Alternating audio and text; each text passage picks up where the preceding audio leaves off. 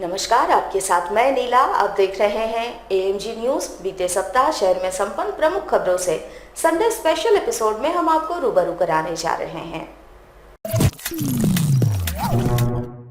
झारखंड राज्य सरकार के आदेश के बाद कोविड-19 के नियमों का पालन करते हुए राज्य भर में सोमवार से तमाम स्कूल एक बार फिर से खुल गए हैं। हालांकि अभी 10वीं तथा 12वीं के छात्रों को ही स्कूल में प्रवेश दिया जा रहा है।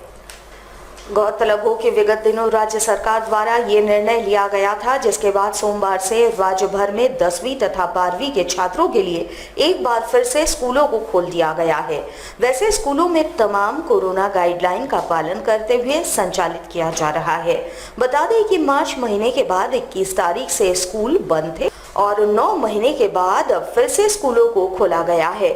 विद्यालय पहुंचने वाले सभी छात्रों को thermal scanning, sanitization, social distancing के तहत ही पढ़ाया जा रहा है।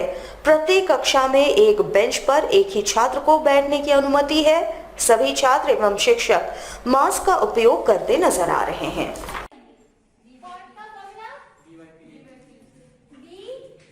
देखिए, कोरोना के बाद एक लंबी अवधि के बाद अभी विद्यालय खुला है, करीब 8 महीने के बाद, और हमारे कुछ रूल्स एंड नॉर्म्स हमें दिए गए हैं, बताए गए हैं और लेटर भी आया है, जैसा कि बच्चों को सैनिटाइज करना, मास्क लगा के आना, एक दूरी का पालन करना, और बच्चे उसी दूरी का पालन करते हुए अभी विद्यालय आ रहे हैं। सबको हम लोग सैनिटाइज कर रहे हैं, थर्मल स्कैनिंग कर रहे हैं और एक बेंच छोड़ करके हम लोग सिटिंग अरेंजमेंट किए और हर बच्चों को मास्क लगाना एकदम अनिवार्य रूप से। सारे बच्चे तो नहीं, आज फर्स्ट डे है, इन्फॉर्मेशन शायद नहीं, हम लोग व्हाट्सएप में मैसेज के थ्रू, फोन के थ्रू हम लोग मैसेज दे दिए हैं और प्राय आज बच्चे आए हैं और भी संख्या इनकी धीरे धीरे बढ़ेगी। ये 10th और 12th के हमारे यहाँ 10th तक है, तो 10 के बच्चे हमारे यहाँ आए हैं। की तरफ से गाइडलाइन आया है कि मास्क और जितनी भी कोविड-19 की जो शर्त है उसका अनिवार्य रूप से पालन किया जाए। चलो भी बिल्कुल मास्क लगा करके आए हैं। वैश्विक महामारी के दौर में झारखंड सरकार ने राज्य में तंबाकू एवं तंबाकू उत्पादों पर प्रतिबंध लगा दिया है। जैसे जैसे कोरोना का असर राज्य में कम हो रहा है, वैसे वैसे राज्य सरकार के आदेशों को हर जिले में सख्ती से लागू कराया जा रहा है। इसी क्रम में पूर्वी सिंहभूम जिला के शहरी इलाकों को तंबाकू मुक्त इलाका बनाए जाने की कवायद जिला प्रशासन की ओर से शुरू कर दी गई है।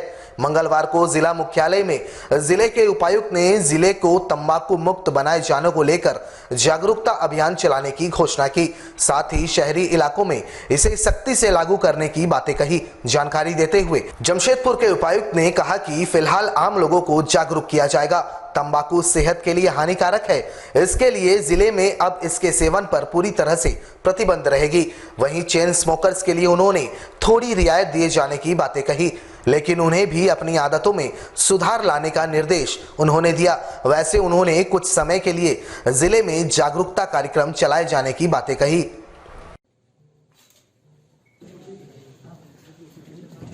जिला स्तरीय तंबाकू नियंत्रण समिति के द्वारा कोटपा अधिनियम की धारा 4 के अच्छे इन्फोर्समेंट के लिए एक जो असेसमेंट हुई थी सरकार के द्वारा, उसमें जमशेदपुर के नगर निकायों के द्वारा बेहतर कंप्लायंसेस किया गया। उसी के तहत आज ये समिति संपूर्ण जिला के जो अर्बन क्षेत्र हैं 4, उनको स्मोक फ्री घोषित की। इस घोषणा के साथ ही संपूर्ण जमशेदपुर वासियों से, स्पेशली अर्बन इलाकों से उपायुक्त के नाते, इस समिति का अध्यक्ष होने के नाते मैं अपील करता हूं कि जो धारा 4 है वो खुले में तंबाकू सेवन को अपराध बनाता है और उसका सख्ती से आप अनुपालन करें, अन्यथा आपके विरुद्ध दंडनीय कार्रवाई की जाएगी। साथ ही साथ इसके अवेयरनेस के लिए अगले 3 महीना एक्सटेंसिव अभियान भी चलाया जाएगा और व्यक्तियों को लाइसेंस देने की अर्बन बॉडीज के द्वारा विशेष व्यवस्था की जा रही है, जिसकी आज ट्रेनिंग भी करवाई जा रही है और 3 महीना विशेष कैंप लगा के लोगों को हम लोग लाइसेंस भी देंगे। स्पेशली जो पैसिव स्मोकिंग होती है, अप्रत्यक्ष रूप से जो लोग इसके शिकार होते हैं, उनको इसका बेहद फायदा मिलेगा। जमशेदपुर के बिष्टुपुर थाना अंतर्गत पीएनएम मॉल के बगल में अर्धनिर्मित जुस्को के मॉल से सिक्योरिटी गार्ड का शव मिलने से क्षेत्र में सनसनी फैल गई। बताया जाता है कि सिक्योरिटी गार्ड पड़ोसी जिला सरायकेला खरसवा के आदितपुर का रहने वाला था और उसका नाम जयप्रकाश सिंह था, जो पिछले 3 दिनों से अपने घर से लापता था। परिजनों ने इसकी सूचना आदितपुर थाने को दी। इसके बाद बिष्टुपुर थाना मामले की तफ्तीश में जुट गई। इधर बुधवार को बिष्टुपुर थाना द्वारा जिसको मॉल में मिले एक शव की शिनाख्त करने परिजनों को बुलाया गया, जहां पहुंचने पर परिजनों ने गार्ड की पहचान जयप्रकाश सिंह के रूप में की। बताया जाता है कि वे ब्रेवो सिक्योरिटी एजेंसी में काम करते थे। वहीं परिजनों ने गार्ड की हत्या की आशंका जताते हुए मुआवजा मिलने तक शव नहीं उठाए जाने की बातें कही। फिलहाल पुलिस मामले की छानबीन में जुट गई है। उधर घटना के बाद स्थानीय लोगों में आक्रोश देखा जा रहा है। जांच करने पहुंची बिष्टुपुर थाना पुलिस ने गार्ड की ऊंचाई से गिरने पर मौत होने की आशंका जताई है। बताया जाता है कि मृतक के सिर में गंभीर चोटें आई है। आपको बता दें कि वर्षों से ये मॉल बंद है, जहां सिक्योरिटी गार्ड की लाश मिलना कई तरह के सवाल खड़े कर रहे हैं। टाटा स्टील की 100% सब्सिडी वाली कंपनी जिसको की व्यवस्था पर सवाल भी उठ रहा है कि आखिर 3 दिनों से गार्ड गायब था और शव मॉल में पड़ा था और किसी को इसकी सूचना तक नहीं मिल पाई। उसने मारा तो कोई बताना नहीं वाले। पहले ये अभी पलटा पुलिस लोग आए। सूचना मिली थी कि यहाँ एक सिक्योरिटी गार्ड काम करता था। उसका ड्यूटी बीते कल से ही 2 बजे से था रात 10 बजे तक। वो साइकिल से आते जाते थे और जब 10 बजे के बाद वो घर नहीं पहुँचे तो वहाँ के एक महिला द्वारा मुझे फ़ोन किया गया। लगभग 11 सवा 11 बजे यहाँ आके खोजबीन किए हम लोग पुलिसकर्मी और यहाँ के सिक्योरिटी गार्ड जो है, तो लगभग 1 बजे डेड बॉडी मिला जो ऊपर के छत से गिरने का आशंका है और उसका सर फटा हुआ है, बहुत ब्लीडिंग हो गया जिसके कारण उसकी मृत्यु हुई है। अब हम लोग अभी जांच इंक्वायरी कर रहे हैं, इन्वेस्ट कर रहे हैं। जमशेदपुर जिला प्रशासन द्वारा शहर भर में जांच अभियान चलाया जा रहा है, जिसमें आर्म्स की चेकिंग की जा रही है। शहर में बढ़ते अपराध और नए साल के आगमन को देखते हुए जिला पुलिस कप्तान के निर्देश पर यह अभियान चलाया जा रहा है। वैसे प्रत्येक वर्ष नए वर्ष से पूर्व इस तरह के अभियान चलाए जाते हैं, जिसमें पुलिस को सफलता भी मिलती है। वैसे इस बार तमाम थाना के प्रभारियों को भी इस अभियान में शामिल हुए हैं और खुद नगर पुलिस अधीक्षक इसकी मॉनिटरिंग कर रहे हैं। चेकिंग में तमाम कार व बाइक चालकों की जांच की जा रही है। जहां आर्म्स की जांच की जा रही है, वैसे आगे चलकर इसी अभियान के तहत रैश ड्राइविंग, नशे के हालत में वाहन चलाना आदि को भी इस जांच में जोड़ दिया जाएगा और पकड़े जाने पर दोषी को जुर्माना और सजा दोनों हो सकती है।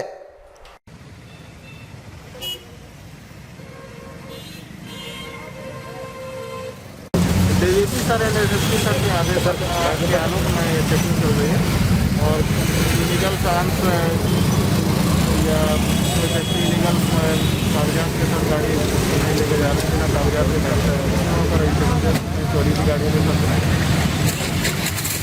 और ये अभियान कितना दिन चलेगा सर? ये अभियान लगातार चलेगा। राज्य के मुख्यमंत्री हेमंत सोरेन मुख्यमंत्री बनने के बाद पहली बार शुक्रवार को जमशेदपुर पहुंचे, जहां एयरपोर्ट से सीधे मुख्यमंत्री कदमा के उलियान स्थित शहीद निर्मल महतो के समाधि स्थल पर पहुंचे और उन्हें अपनी श्रद्धा सुमन अर्पित करते हुए पार्टी और राज्य के लिए आज का दिन बेहद ही अहम बताया। आपको बता दें कि आज यानी 25 दिसंबर को झारखंड आंदोलन के अग्रणी नायक रहे शहीद निर्मल महतो की 70वीं जयंती है।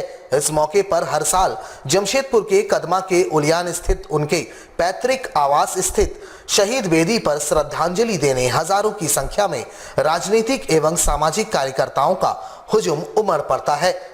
निर्मलता की पहचान झामुमो तक सीमित नहीं थी। वे गरीबों मजदूरों के मसीहा के रूप में जाने जाते थे।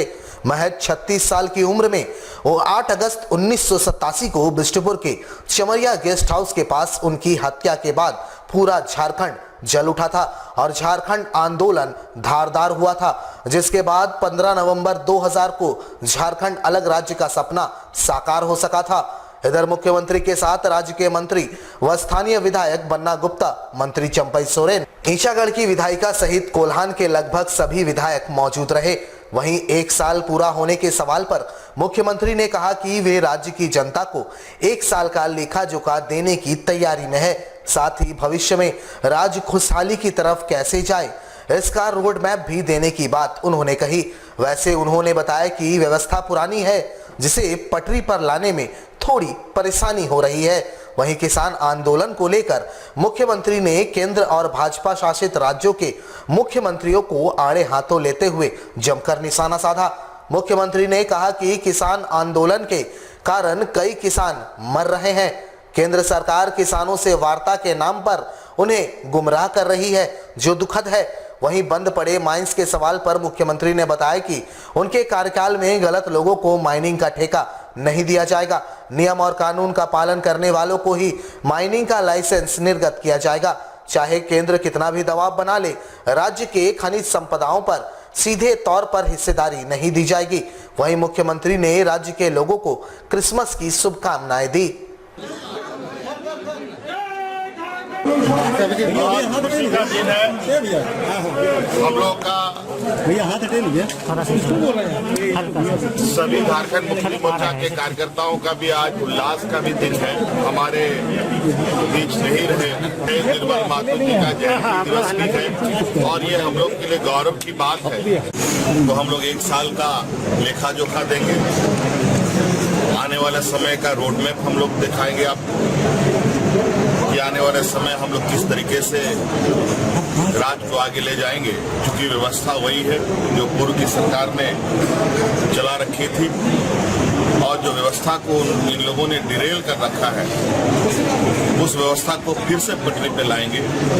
अब ये दुगुना गति से ये चलेगी। जब तक लोग नहीं मरते तब तक उनकी नींद भी नहीं खुलती। किसान तो ठंड से मर भी रहे, कितनों की जान लेने के बाद वो बात करें। ये बहुत चिंता का विषय है। आज अन्नदाता के प्रति केंद्र हो या राज्य के सरकारों का अगर इस तरीके का रवैया होगा तो निश्चित रूप से ये दुखद है। जमशेदपुर के परसुडी थाना अंतर्गत टाटानगर रेल लोको शेड में ड्यूटी के दौरान 54 वर्षीय विनोद महतो क्रेन की सीलिंग टूटने से दुर्घटना के शिकार हो गए, जहां घटनास्थल पर ही उनकी मौत हो गई। ओल्ड शेड के कर्मचारी विनोद महतो सुबह 6 से 2 की पाली में कार्यरत थे। लोको के बिल शॉप के चक्के को शिफ्ट करने के दौरान क्रेन की सीलिंग टूट गई और वे सीलिंग की चपेट में आ गए, जहां आनन फानन में कार्यरत अन्य कर्मचारियों ने विनोद महतो को रेलवे अस्पताल पहुंचाया, जहां चिकित्सकों ने उन्हें मृत घोषित कर दिया। जानकारी मिलते ही रेल कर्मचारी बड़ी संख्या में रेलवे अस्पताल पहुंचे और रेलवे के पुराने सुरक्षा उपकरणों को बदलने की मांग करने लगे। वहीं रेलवे मेंस कांग्रेस के शशि मिश्रा ने बताया कि काम के दौरान रेलवे कर्मचारी क्रेन की सीलिंग टूटने से दुर्घटना के शिकार हुए और घटनास्थल पर ही उनकी मौत हो गई। उन्होंने रेल प्रबंधन से मांग की है कि जल्द से जल्द सुरक्षा के दृष्टिकोण से पुराने उपकरणों को बदला जाए, ताकि इस तरह की घटना की पुनरावृत्ति ना हो। फिलहाल परसुडी पुलिस शव को अपने कब्जे में लेकर पड़ताल शुरू कर चुकी है।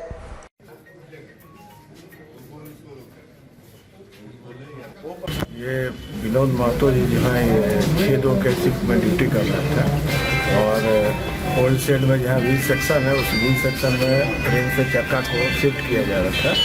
इसी दरमियान उसका सीलिंग टूटा और उसका शिकार हुआ और घटनास्थल पर ही इनका देहांत हुआ। कहाँ रहते थे? ये परसोडी के रहने वाले हैं। परसोडी में इनका परिवार है और काफ़ी दुखद घटना है और पूरे रेल परिवार जो है सब है इस घटना से। हम लोग इस पर समीक्षा भी कर रहे हैं, लापरवाही कहाँ हुआ है और जो भी सुरक्षा के उपकरण है उसका उचित रख रखाव सुनिश्चित करने के लिए, ताकि इस तरह का कोई ये तो जो घटना हुआ ये हो गया।